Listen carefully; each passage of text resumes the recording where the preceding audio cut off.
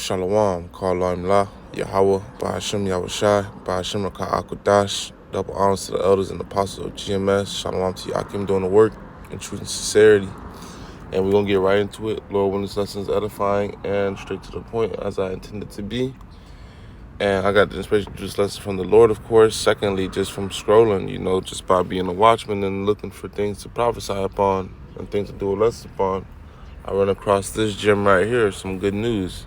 Because good news for the elect, Lord will not part that number. Good news for the men of the Lord.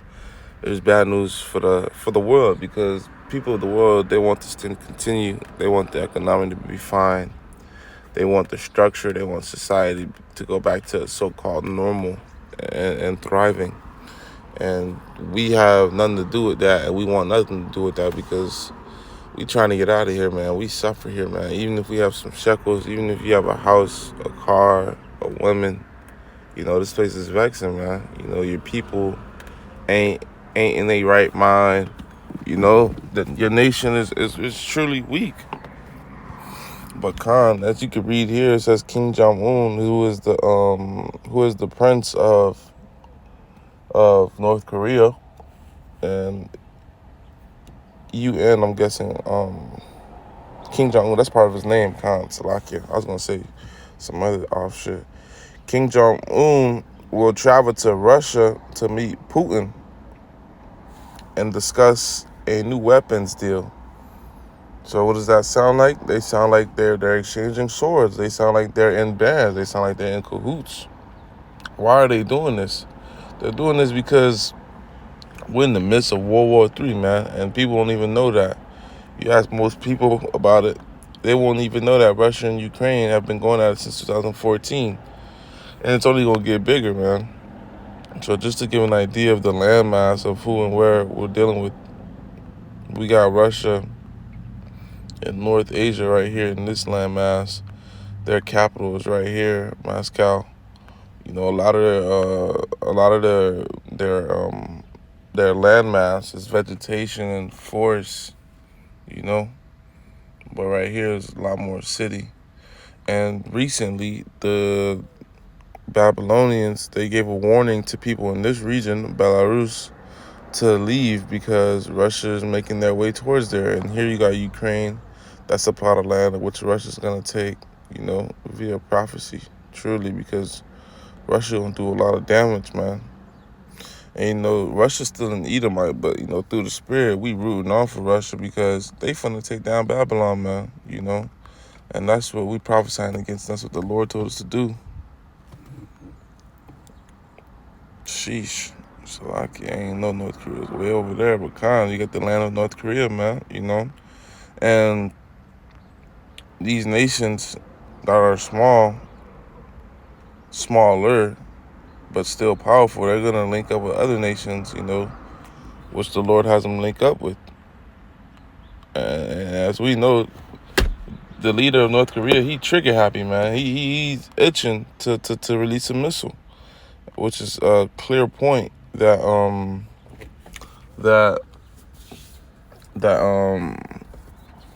pretty much the Lord's will and man's warnings of the Lord's, because if it was of this man, missiles would have been shot off, man, But we're going to get into it. The book of Ezekiel, chapter 38. And it reads, "And the word of the Lord Yahweh came unto me, saying, Son of man, set thy face against Gog." When you go into that word Gog in the Hebrew, it's Gog. And that word means mountain.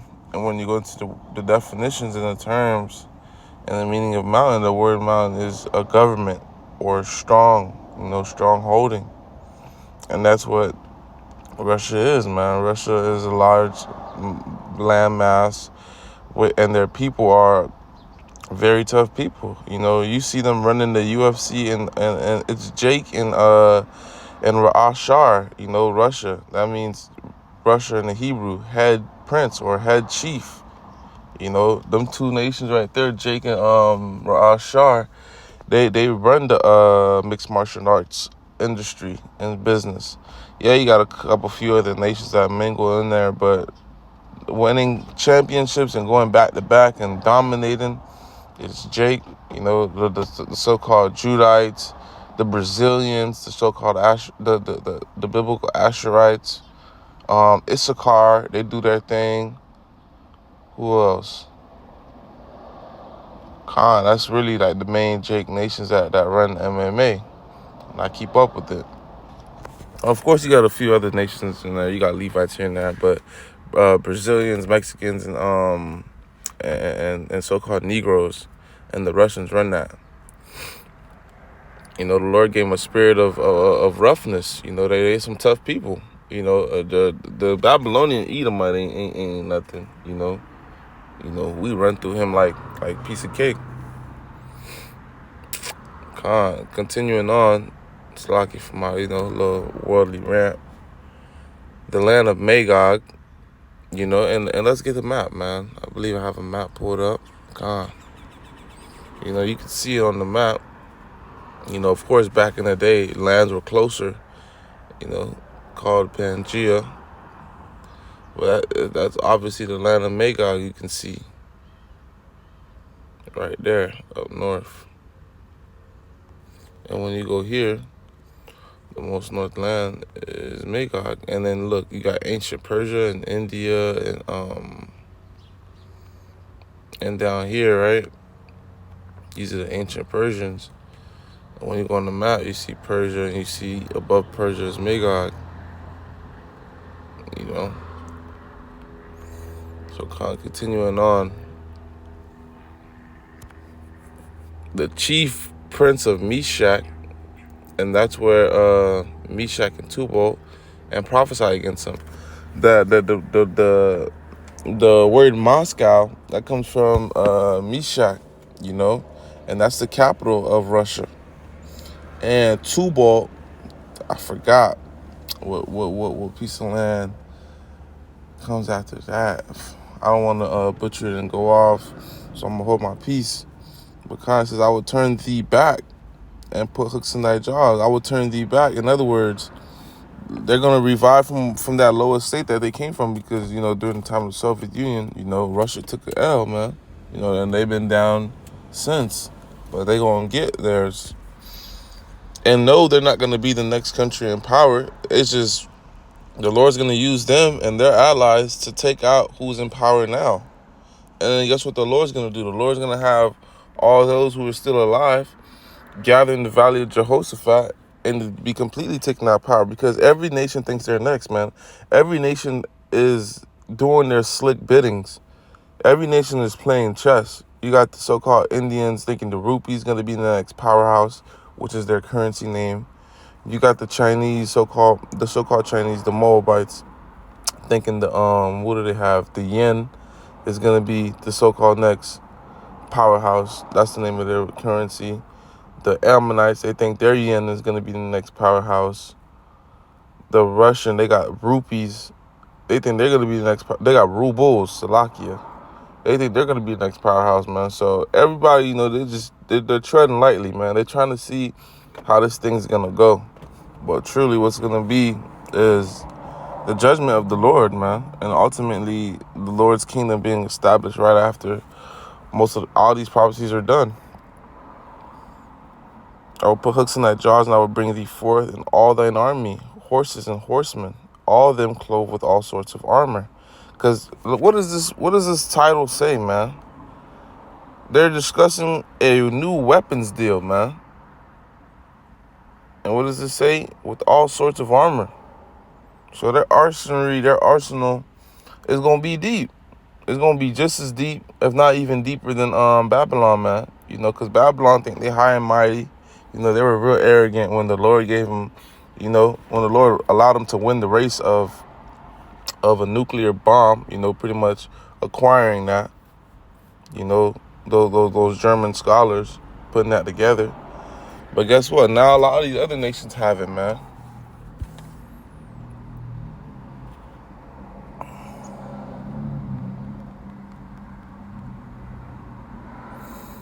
Isaiah chapter 54, verse 16. Behold, I have created the smith that bloweth the coals in the fire, and that bring forth an instrument for his work. And I have created the waster to destroy. What is it speaking about? This is speaking about the atomic bomb. It's speaking about nuclear missiles, pretty much being advanced, through these different scholars, through these wise men. And America was one of the first, to win that race and to acquire these things. And with that power and that arrogancy, they went around the world pretty much bullying people, pretty much telling them what to do. And if they didn't do it, they get hit. So that's a simple rule, the hard way, or there is no easy way. You're going to do what I said or you're going to die. Pretty simple.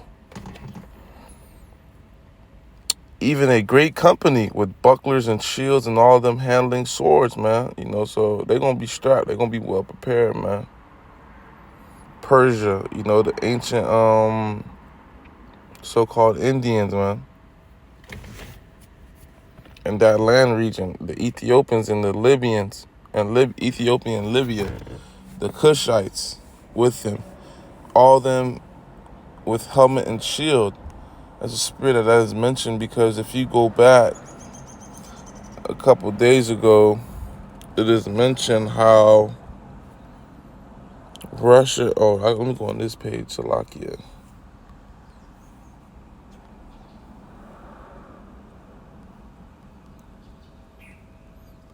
This is a so-called Hamite page or so-called African page. I don't know what the hell they're doing here.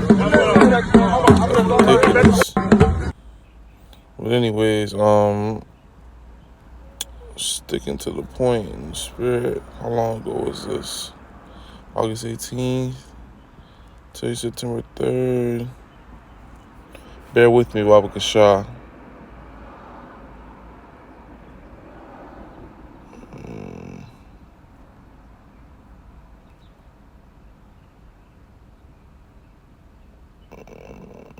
Okay, boom. We got something. Ra'ah Shar in Ham Summit. President Putin announces Russia's decision to cancel $23 billion of African debt. So, Khan, that's major news, man. On top of that, I believe, what is this here? I'm not sure. Military seized power in Niger, Mali proves French. Khan, so what you have Ra'ah Shar linking up with Hamitic countries, right? Ham countries, so-called African countries. I'll just say that. And while the Russians are allying with these Africans are kicking these other Edomites out, the French out, man, because the French has ruled over many African countries for years, man, and that's what's going on. You got a lot going on, so these people are linking up. And also, what I'm trying to find, the reason I'm still on this page is because Russia signed also a grain deal with Africa and other poorer countries, because Ukraine supplies 30% of the world's grain. And as we know, Russia's winning the war, and Russia's a big power dog, so they're going to tell Ukraine what to do. So they have shut down the ports of some Ukrainian places that Ukraine can't even pass a boat through, so Russia's pretty much, and Russia's mad at Ukraine because Ukraine was supposed to be supplying these poorer countries, but instead they were starving them out. So Russia's about to take hand and lead, and they're allying, man. They're getting themselves in better positions against their enemies, because when Russia and these other heathens take over Babylon, it won't just be Russian ICBMs coming from Russia. It's going to be Russian ICBMs coming from different regions and parts, because that's battle strategic. Like if you play the game of battleships, you don't go to war just shooting guns.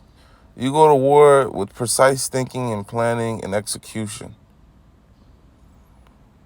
Gomer and all his bands, and I went to that word bands, and the definition of the word bands in the Hebrew is agwaf,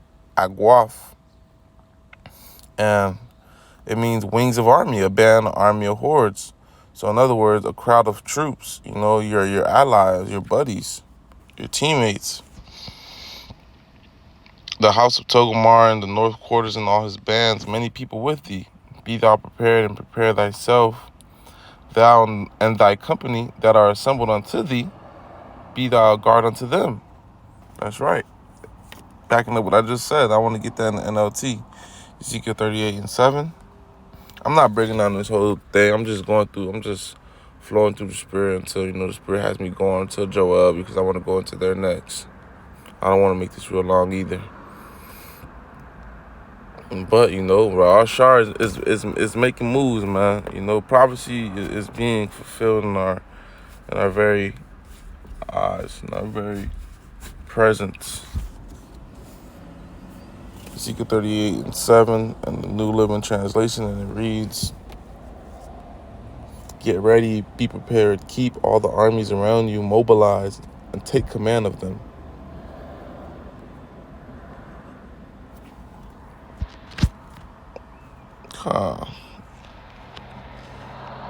It says to take command of them. In other words, lead them, let them know, where to be and how to be and what to do against who. Because you got to know who your enemies is in the war, man. You can't go out there killing your friends. They're going to kill you.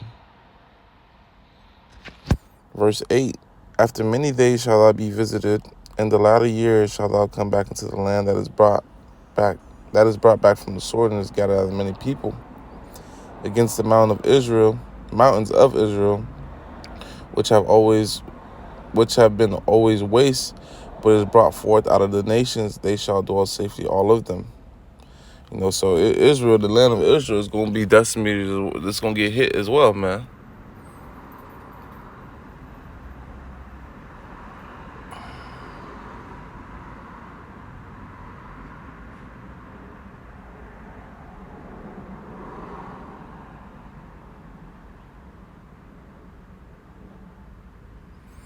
Verse 9, "Thou shalt ascend and come like a storm. Thou shalt be like a cloud to cover the land. Thou and all thy bands and many people with thee." So in other words, they gonna dominate. "Thus saith the Lord Yahweh, it shall also come to pass that at the same time shall the things come into thy mind, and thou shalt think an evil thought," evil meaning bad times, right? Verse 11, "Thou shalt say, I will go up to the land of unwalled villages." What is that land? That land is Babylon, aka the whore, man, America. Unwalled because of the nuclear ICBM protection that they called, which is it called? Give me a second. The defense nuclear systems aren't enough, so it's pretty much equated or equal to unwalled, because these nuclear missiles have hundreds. Some of them have hundreds, some of them have dozens, of warheads, man. And when you got 200 million ICBM nuclear missiles coming down on your land, there's about nothing you can do to stop it, "I will go to them that are at rest, that dwell safely, and all of them that dwell without walls, and having neither bars nor gates." That's right, man. And if you know, America compared to other nations, its geographic structure isn't like for example, like a lot of people don't know, but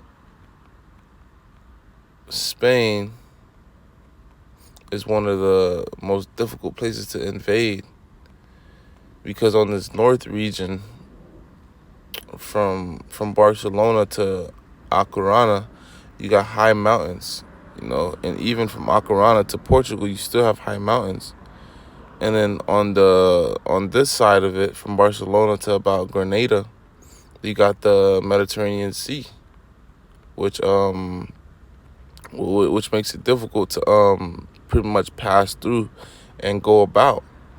And they only have a small section that's pretty much not mountainous and not easy to and not as hard to go through, but they got soldiers on that side, but that unwalled village is speaking about the nuclear the tech defense system, and Babylon doesn't have that structure of protection either, geographically speaking.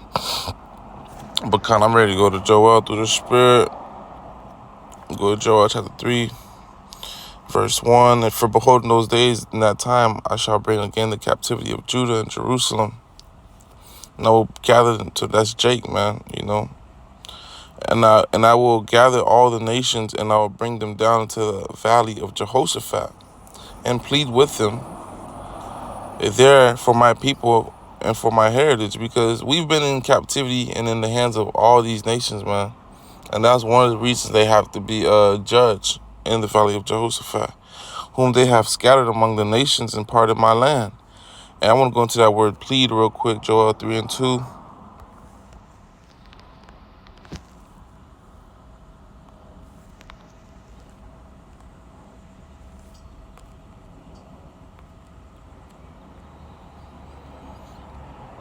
To judge, right there, got the point. And that word in the Hebrew is shafat.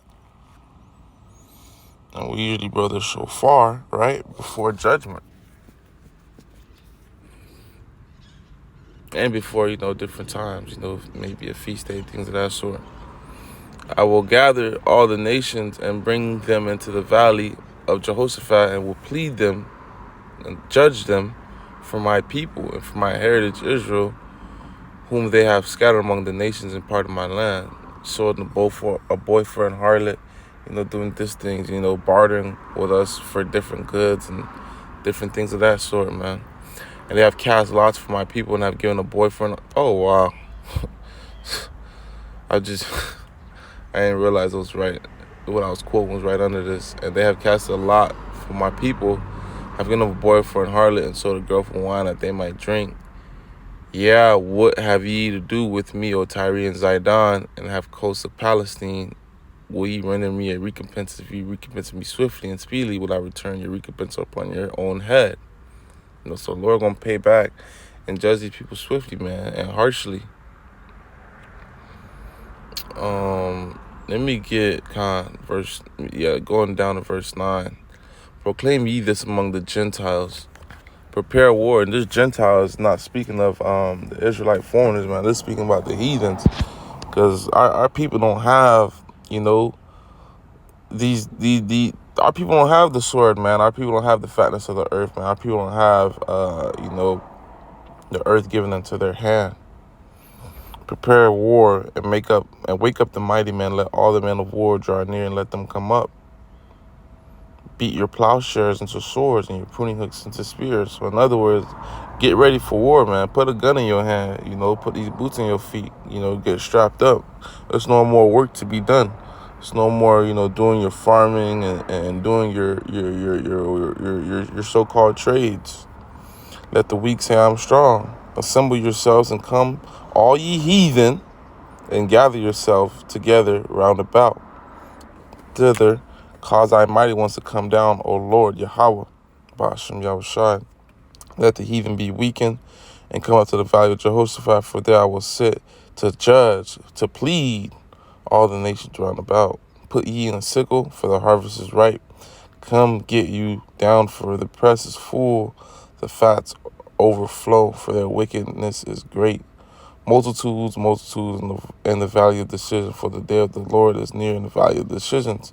That's right, man. That word Jehoshaphat means Yahweh Shaphat, judgment. So the Lord will judge these nations over there, man. It says, put ye in the sickle for the harvest. Put ye in the sickle for the harvest is ripe. That's those wicked grapes, man. You got 8 billion people upon the earth, more than ever usually before that we're used to.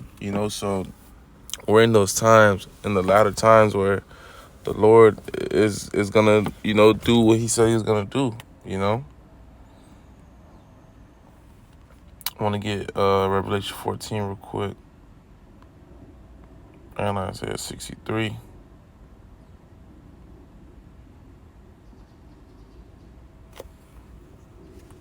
Verse 14, Revelation 14 and 14.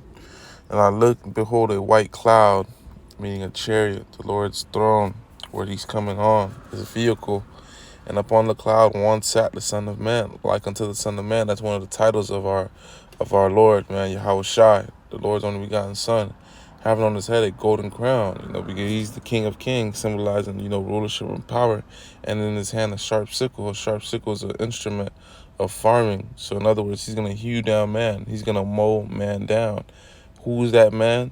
The wicked, the heathen, 2/3 of our people, those who aren't right, those who aren't written in the book of life, man.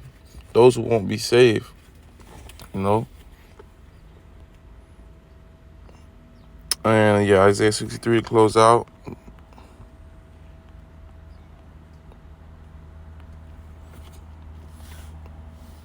Verse 3, and it reads, I have trodden the winepress alone of the people. There was none with me, for I would try them in my anger.